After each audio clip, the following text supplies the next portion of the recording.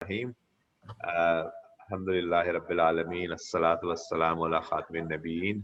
السلام علیکم ورحمۃ اللہ وبرکاتہ. میں پھر انتہائی مشکور ہوں ڈاکٹر یحییٰ کمال کا، جنہوں نے آج ہمیں وقت دیا. پھر سے یہ ایک سیریز ہے جو کہ پچھلے ہفتے سے شروع ہوئی تھی، اور یہ فیمیل جو مختلف النیسز ہیں یا سمٹمز ہیں مختلف چیزوں کے، اس کے بارے میں ہم کر رہے ہیں، اور انشاءاللہ یہ اگلے 2-3 ہفتے جاری رہے گی. مختصر سا تعارف ڈاکٹر یحییٰ کمال کا، کیونکہ جو لوگ پچھلی دفعہ اٹینڈ نہیں کر سکے تھے یا ان کے ذہن سے کچھ یہ چیز وہ ہوگی اس میں یہ 1989 کے گریجویٹ ہیں کراچی سے، اور پھر 1994 میں یو کے آ گئے تھے، اور یہاں سے پھر یہ 1996 میں آئرلینڈ چلے گئے تھے، اور وہیں پہ یہ اب ایز اے کنسلٹنٹ گائنیکالوجسٹ کام کر رہے ہیں. انہوں نے FRCS کیا، FRCOG کیا، اور اب ان کا جو مین انٹرسٹ ہے وہ cancer of the female track جو ہے اس کے بارے میں ہے، لیکن ایک جنرل گائنیکالوجسٹ کے طور پہ بھی کام کرتے ہیں یہ. تو میں نے ان سے ریکویسٹ کی تھی، یہ ہماری وائف کے کلاس فیلو ہیں، اور انہوں نے بہت ہی خوشی سے ریکویسٹ کو ایکسیپٹ کر لیا. اور یہ اس سلسلے میں جو لیکچر لاسٹ ٹائم دیا تھا انہوں نے مینسٹرل بلیڈنگ کے بارے میں، وہ ہم نے اپلوڈ کر دیا تھا فیس بک پہ بھی اور یوٹیوب پہ بھی. تو جو لوگ کسی وجہ سے نہ دیکھ سکے ہوں وہ وہاں پہ جا کے دیکھ سکتے ہیں. اور آج کا ٹاپک جو ہے وہ مینوپاز ہے، جو کہ بہت ہی زیادہ امپورٹنٹ بھی ہے اور ہمارے لیے یوزفل بھی ہوگا، اسپیشلی ان لوگوں کے لیے جو اس دور سے گزر رہے ہیں. تو میں بغیر کسی فردر ڈیلے کے ڈاکٹر یحییٰ سے ریکویسٹ کروں گا کہ وہ اسٹارٹ کریں اپنا ٹاپک. السلام علیکم. بسم اللہ الرحمن الرحیم.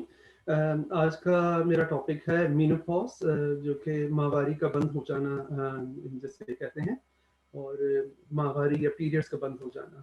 تو ویسے تو ماہواری کا بند ہو جانا کئی خواتین کے لیے بہت ایک مثبت علامت کئی خواتین اس کو سمجھتی ہیں، مگر اس کے ساتھ ساتھ ان کے لیے کئی قسم کے اور علامات ظاہر ہونے لگتی ہیں ماہواری بند ہونے کے بعد، جس کی وجہ سے ان کو ان کی نارمل زندگی پہ اثر پڑتا ہے. تو عام طور پہ ماہواری بند ہونے کی عمر جو ہے 50 سے 52 سال ہے، مگر کئی خاندانوں میں جیسے خواتین ہیں، ان کی اگر والدہ یا ان کی بڑی بہنوں کی جس عمر میں ماہواری بند ہوتی ہے وہ تقریباً وہی عمر ان کی بھی ہوتی ہے، اور یہ 40 سال کے بعد کبھی بھی ہو سکتی ہے. اور عام طور پر دیکھا گیا ہے کہ 35 سال کے بعد ماہواری irregular ہو جاتی ہے. پیریڈز جو نارمل آ رہے ہوتے ہیں ہر مہینے، وہ کئی دفعہ بیچ میں مس ہونے شروع ہو جاتے ہیں، کئی دفعہ آگے پیچھے ہو جاتے ہیں، کیونکہ جیسے میں نے پہلے لیکچر میں کہا کہ ماہواری ہیوی یا irregular ہونے کی وجہ مینلی جو ہوتی ہے وہ ہارمونز سے ریلیٹڈ ہوتی ہے، ہارمون کی وجہ ہوتی ہے. اور وہ یہ کہ جو ہے اوولیوشن نہیں ہو رہی، یعنی کہ ایگ جو ہے وہ اووری میں سے نہیں نکل رہا. جیسے جیسے عمر بڑھتی جاتی ہے ایگ اووری میں کم ہوتے جاتے ہیں. تو ویسے مینوپاز جو ماہواری کا بند ہو جانا ہے، میں اس کو مینوپاز ہی بار بار کہوں گا، یہ ایک قسم کا عورت کی ریپروڈکٹیو لائف جو ہے اس کے ختم ہو جانے کی عمر ہے. اور عام طور پر 2 میں سے 1 عورت کو کافی اس کے جو علامات ہیں، اس کے سمٹمز ہیں، اس کی وجہ سے کافی پریشانی کا سامنا کرنا پڑتا ہے. اور دیکھا گیا ہے کہ یہ عام پاکستان میں جو ہے 50 سے 52 ویسے اس کو کہتے ہیں، مگر کچھ سال پہلے ہی پیریڈ بند ہونے سے پہلے خواتین کو کافی تکلیف رہتی ہے. کبھی بہت زیادہ پیریڈز ہوتے ہیں، کبھی 2 مہینے 3 مہینے پیریڈ نہیں ہو رہے، تو وہ اس کی پرابلم ہوتی ہے. پھر یہ ہوتا ہے کہ بائی ڈیفینیشن اس کی اگر میں اس کی ڈیفینیشن بتاؤں تو وہ یہ ہے کہ 12 مہینے تک اگر پیریڈز نہیں آئے تو اس کو آپ کہتے ہیں مینوپاز. اور پری میچور مینوپاز کا مطلب یہ ہے کہ 40 سال سے کم عمر میں اگر پیریڈ بند ہو گئے تو اس کو پری میچور مینوپاز کہیں گے. اور پیری مینوپاز کا وہ وقت ہے جب ابھی ماہواری آ رہی ہے، 2-3 مہینے آئی، پھر نہیں آئی، 6 مہینے نہیں آئی، پھر دوبارہ آ گئی، اس کو پیری مینوپاز کہتے ہیں. تو سمٹمز جو ہیں، علامات جو ہیں، وہ اس کی ظاہر ہونے شروع ہو جاتی ہیں ساتھ ساتھ ہی جیسے جیسے وقت آگے بڑھتا جاتا ہے، عمر عورت کی زیادہ ہوتی جاتی ہے، تو کافی اس کی ان کو دشواری ہوتی ہے. تو اس کے جو مین سمٹمز ہیں، اس کے جو علامات ہیں، اس میں عام طور پر سب سے جو کامن ہے وہ یہ ہے کہ چہرہ بہت گرم ہو رہا ہے، پسینے آ رہے ہیں، رات کو سوتے ہوئے پورا بستر پسینے سے بھر جا رہا ہے، اور رات کو نیند نہیں آ رہی، اور بہت زیادہ عورتیں سائیکولوجیکل پرابلمز ہو جاتی ہیں. کئی دفعہ ان کو وزن بڑھ جاتا ہے. اس کے علاوہ جو ان کے پرائیویٹ پارٹس ہیں، جو وجائنا ہے، اس میں ڈرائنس ہو جاتی ہے. تو اوور آل ان کی اپنے شادی شدہ زندگی پہ بھی اس کا اثر ہوتا ہے، کیونکہ وہ سائیکولوجیکلی چڑچڑی کچھ ہو جاتی ہیں، ان کا موڈ صحیح نہیں رہتا. اس کے علاوہ ان کی وجائنا میں اتنی ڈرائنس ہوتی ہے، خشکی ہو جاتی ہے اپنے پرائیویٹ ایریا میں، جس کی وجہ سے ان کا سیکس بھی نہیں ہو پاتا. تو یہ علامات کافی کی وجہ سے کافی دشواری ہوتی ہے بہت سی عورتوں کو. جیسا کہ میں نے آپ کو کہا کہ ایک سے دو میں سے ایک عورت کو تو ضرور اس طرح کی کافی پرابلمس ہوتی ہیں. اس کے علاوہ جو مین چینجز آتی ہیں باڈی میں عمر کے ساتھ ساتھ، آپ ویسے بھی ہم مردوں میں بھی یا عورتوں میں بہت زیادہ اسکن میں چینجز ہوتی ہیں، بالوں میں تبدیلی آتی ہے. عورتوں میں جو ہے بریسٹ جو ہے وہ اس میں ایٹروفی جس کو کہتے ہیں نرم ہو جاتی ہے، یا چھاتی ڈھیلی پڑ جاتی ہے. اور اسی طرح مسلس ویک جب ہوتے ہیں تو ان کو نیچے اپنے پرائیویٹ ایریا کے پاس جو ہے مسل ویک ہو جاتے ہیں، جس کی وجہ سے ان کا پیشاب نکل جانے کی پرابلم ہوتی ہے، جس کو ہم انکانٹیننس کہتے ہیں. تو کھانستی ہیں یا ہنستی ہیں تو تھوڑا سا پیشاب نکل جاتا ہے. تو یہ پرابلمس ہیں. اور جو مین پرابلم جو میں نے سب سے نیچے لکھی ہے آسٹیوپوروسس، وہ یہ کہ ہڈیاں جو ہیں بہت نرم ہو جاتی ہیں اور ان میں فریکچرز ہونے کے چانسز بہت زیادہ ہو جاتے ہیں. اور خاص طور پہ دیکھا گیا ہے کہ کیونکہ جو ہمارے لوور ہماری ٹانگیں جو ہیں اور ہمارے جو ہپ ہیں، یہ ہمارا پورے جسم کا وزن اسی پہ ہوتا ہے. تو ہپ جو ہے، جو کولے کی ہڈی ہے، اس کے اندر جو ران کی ہڈی جہاں پہ مل رہی ہوتی ہے، اس کا جو نیک بنتی ہے، ہم اس کو کہتے ہیں فیمر نیک. اور فیمر نیک کے فریکچرز جو ہیں وہ ہو جاتے ہیں، کیونکہ پورے جسم کا وزن اسی ہڈی کے اسی چھوٹے سے حصے پہ پڑ رہا ہوتا ہے. تو اس میں کافی زیادہ جو ہے فریکچرز کی وجہ سے اور زیادہ موربیڈٹی ہوتی ہے، یعنی کہ عورتوں کو اور زیادہ سلو ڈاؤن ہو جاتی ہیں، یا ان کی جنرل ہیلتھ جو ہے اس کے اوپر ان کی صحت جو ہے متاثر ہوتی ہے. اگر اس کو کنفرم کرنے کے لیے کوئی ڈیفینٹ ٹیسٹ نہیں ہے. ویسے تو ہسٹری سب سے مین ہے. اگر دیکھیں پیریڈ نہیں آ رہے 12 مہینے تک، اور اس کے علاوہ ان کو ہاٹ فلیشز ہو رہے ہیں.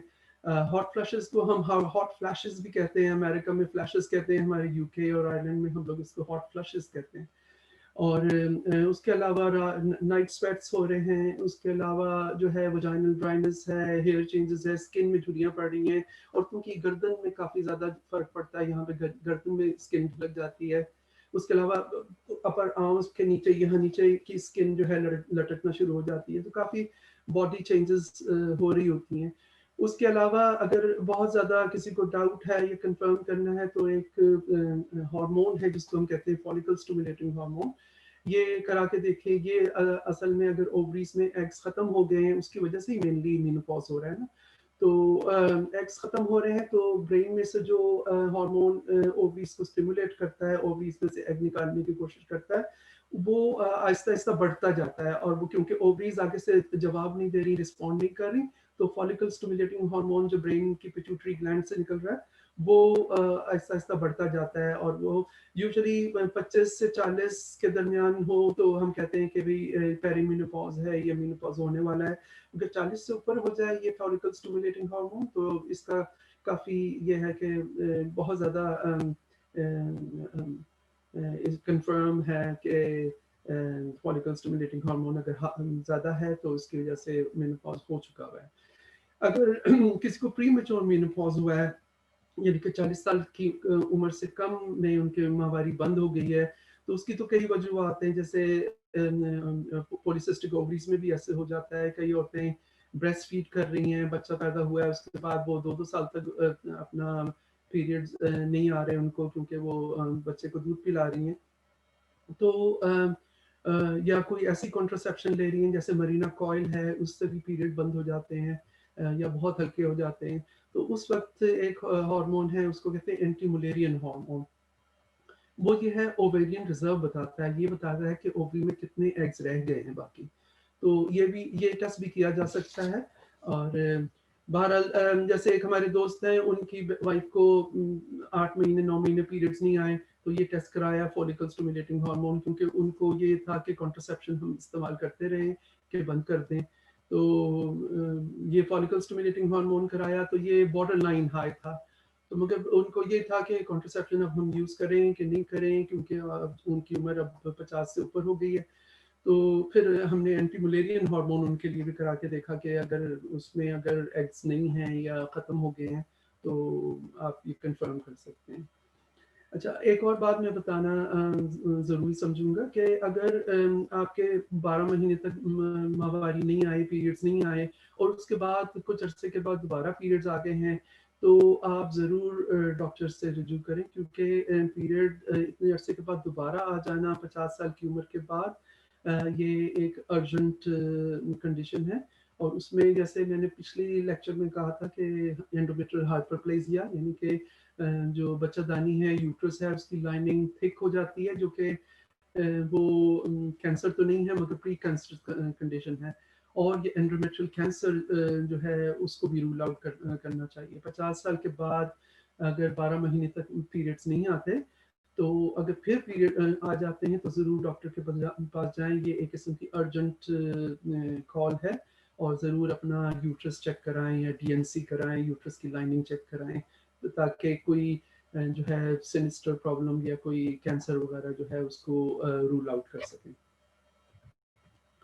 پھر ہارمون ریپلیسمنٹ تھراپی جو ہے وہ یہ ہے کہ آپ جو ہے ایسٹروجن اور پروجسٹرون ہارمونز جو ہیں جو ختم ہو جاتے ہیں اس عمر میں، تو وہ اس کا سپلیمنٹ لینا شروع کر دیں. تو ہارمون ریپلیسمنٹ اس کو کہیں گے. اور یہ 1940 میں پہلی دفعہ یہ شروع ہوا تھا، مگر 60 کی دہائی میں بہت کامن ہو گیا، اور سبھی عورتوں کو یہاں پہ ویسٹ میں تو بہت زیادہ کامنلی دینا شروع کر دیا تھا اس کو. اور اس کے کافی مثبت ریزلٹس ملے تھے، بہت پازیٹیو ریزلٹس تھے. اس سے میں آگے چل کے بتاتا ہوں کیا کیا فائدے ہوئے تھے. تو شارٹ ٹرم اس کے تو فائدے اب بھی بہت سی عورتیں لے رہی ہیں ہارمون ریپلیسمنٹ تھراپی. تو سب سے جو مین اس میں فائدہ ایک دم سے ان کو ظاہر نظر آتا ہے وہ ہے کہ ان کے ہاٹ فلشز اور نائٹ سویٹس جو ہیں وہ ختم ہو جاتے ہیں، ان کے موڈ چینجز جو ہیں، ان کا ڈپریشن، ان کی نیند نہیں آ رہی، وہ سب چیزیں آہستہ آہستہ ختم ہو جاتی ہیں ہارمون ریپلیسمنٹ لینے سے.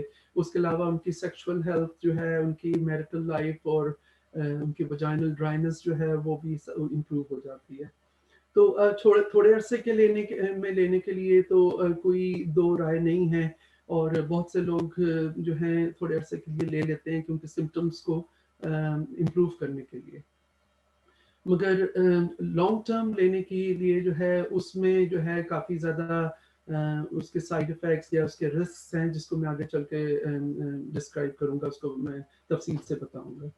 تو مینلی جو ہے کن خواتین میں آپ نے نہیں دینا، یا جو خواتین جو لینا چاہ رہی ہیں ان کو اس کی تسلی کر لینی چاہیے کہ ان کو پہلے کوئی بچہ دانی کا کینسر تو نہیں تھا، یوٹرس کا کینسر تو نہیں تھا، یا بریسٹ کینسر تو نہیں تھا یا ابھی ہے، یا ڈی وی ٹی کہتے ہیں ڈیپ وین تھرومبوسس اور پلمونری ایمبولزم. یہ ہے کہ خون جم جاتا ہے ٹانگ کی گہری نسوں میں، اور وہ خون کا کلاٹ جو ہے وہ جمع ہوا خون چل کے آپ کا لنگس میں آ سکتا ہے، اور وہ بہت لیتھل کنڈیشن ہے، یعنی کہ اس سے موت واقع ہو سکتی ہے.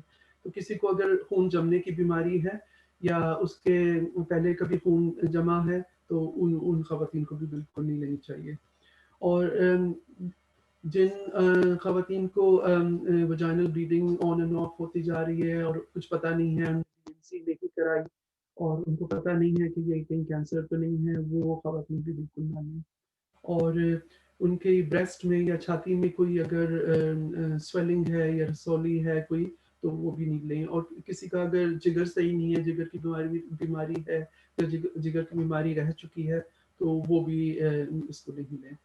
ویسے یہ تو ایبسولوٹ کانٹرانڈیکیشن ہے کہ بالکل بھی نہ لیں, مگر جو خواتین جو ان کو یہ سب بیماریاں نہیں ہیں یا جن کو اس کا رسک نہیں ہے اور وہ لینا چاہ رہی ہے, تو وہ میک شور کریں, وہ اس چیز کا اطمینان کر لیں کہ نمبر 1 وہ اپنے ریگولر 50 سال کی عمر کے بعد ویسے بھی بریسٹ چیکس تو کرنے چاہیے, کیونکہ بریسٹ کینسر جو ہے وہ اس کے چانسز ہوتے ہیں زیادہ.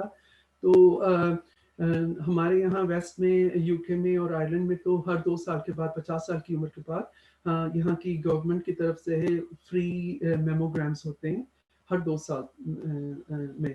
اور اس کے علاوہ ہر مہینے خواتین کو اپنی بریسٹ چیک کرنی چاہیے. بریسٹ چیک کرنے کا طریقے جو ہیں وہ انٹرنیٹ پہ بھی کافی کامنلی لکھے ہوئے ہیں. ویسے یہ ہے کہ خود جو ہے اپنے بغل میں بھی دیکھیں کوئی گلٹی تو نہیں ہے, اور بہت اچھی طرح دونوں بریسٹ کو اچھی طرح جو ہے فیل کریں کہ کوئی سویلنگ تو نہیں ہے, یا جو ہے اس کے دونوں کا سائز بریسٹ کا ایک جیسا ہے, تو وہ ضرور دیکھ لیں. اور جو خواتین جو چلتی زیادہ نہیں ہے یا موٹی ہیں اور ایک ہی جگہ پہ بیٹھی رہتی ہیں, یا ان کو کوئی فریکچر ہوا ہے اور وہ بستر پہ ہی ہیں. ہمارے یہاں پاکستان میں یہ بہت بیماری ہے, ہر بیماری کا علاج میں ڈاکٹر کہتے ہیں جی بیڈ ریسٹ کریں. تو بیڈ ریسٹ جو ہے وہ بہت ہی خطرناک چیز ہے یہ کلاٹس بننے کے لیے, یا ڈیپ وین تھرومبوسس یا پلمونری ایمبولزم کے لیے. اور ان خواتین جو زیادہ چلتی پھرتی نہیں ہیں, ایک ہی جگہ پہ بیٹھی رہتی ہیں, تو ان کو بھی نہیں لینا چاہیے. اس کے علاوہ جس کے اپنی فیملی میں بریسٹ کینسر کی ہسٹری ہے, جیسے ایک بہن کو ہے بریسٹ کینسر یا 2 بہنوں کو بریسٹ کینسر ہو چکا ہوا ہے, تو وہ بھی ریگولر اپنے میموگرامس تو کرائیں. اس کے علاوہ اپنا خود بھی چیک کرتے رہیں, اور اگر بہت ہی ضروری ہے تو لے سکتی ہیں ہارمون ریپلیسمنٹ, مگر یہ ہے کہ بہت احتیاط سے ہر وقت دیکھتے رہیں. کوئی کلاٹس وغیرہ کے لیے خاص طور پہ جو ہے وہ بھی دیکھیں, اور بریسٹ کو چیک کرتے رہیں, اور اگر کوئی بلیڈنگز اننیسیسری ہو رہی ہیں تو اس کو بھی چیک کرائیں. تو 90 کی دہائی میں 1990s میں مڈ 90s سے لے کے 2002-2003 تک یہ 2 بہت بڑی ریسرچ ہوئی تھی اس ہارمون ریپلیسمنٹ کے اوپر.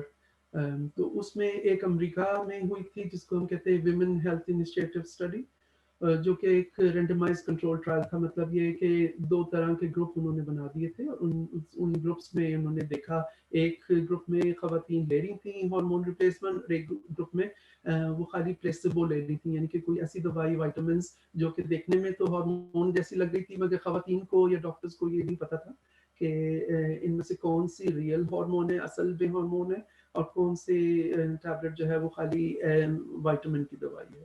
تو ان دونوں میں انہوں نے کمپیئر کیا تھا. اس کے ریزلٹس میں پھر بتاتا ہوں آپ کو. اچھا, اور یو کے میں جو انگلینڈ اور ویلز میں اسی دوران ایک اسٹڈی ہوئی تھی جس کو کہتے ہیں دا ملین ویمن اسٹڈی. اور اس ملین ویمن اسٹڈی میں بھی انہوں نے رسک دیکھے تھے. میں آگے چل کے بتاتا ہوں کہ کیا رسک دیکھے تھے. تو یہ دونوں مینوپوزل خواتین کے لیے تھا کہ وہ ہارمون ریپلیسمنٹ لیتی رہیں یا بس بند کر دیں, تو یعنی ان کو کیا رسک ہیں اس کے لیے. تو یہ ہوا کہ ارلی 2000 میں کافی جنرل پریکٹیشنرز نے, عام پڑھی لکھی خواتین نے, جب یہ نیوز پیپر میں یا اخباروں میں دیکھا اس کے سائیڈ افیکٹ, کیونکہ اخبار میں یا نیوز پیپر میں تو بڑی بڑی سرخیاں یہ ہیڈنگس لگاتے ہیں, تو انہوں نے دیکھا کہ بھائی اس کے سائیڈ افیکٹس بہت ہیں, تو انہوں نے اسٹاپ کر دیا. جبکہ ان دونوں سٹڈیز میں کچھ نہ کچھ فلاز تھے یا کچھ نہ کچھ کمی رہ گئی تھی. میں آگے چل کے یہ بھی بتاتا ہوں. تو ویمن ہیلتھ انیشیٹو اسٹڈی میں مینلی انہوں نے یہ کیا کہ 50 سال سے لے کے 79 ایئرس کی عمر کی خواتین کو انہوں نے اس کے لیے بھرتی کیا, اس کو انرول کیا. اس میں سے 8,500 کے قریب عورتوں کو ایسٹروجن اور پروجسٹرون کے ہارمون ریپلیسمنٹ دی, اور اتنے ہی خواتین کو جو ہے پلیسیبو یعنی کہ خالی وائٹامنس دیے, جو کہ دیکھنے میں گولی جو تھی ٹیبلٹ وہ ہارمون ریپلیسمنٹ جیسی تھی, مگر وہ اصل میں وائٹامن تھی. تو انہوں نے اس اسٹڈی میں یہ دیکھا کہ ہارٹ اٹیک کے کیسز جو تھے وہ 10,000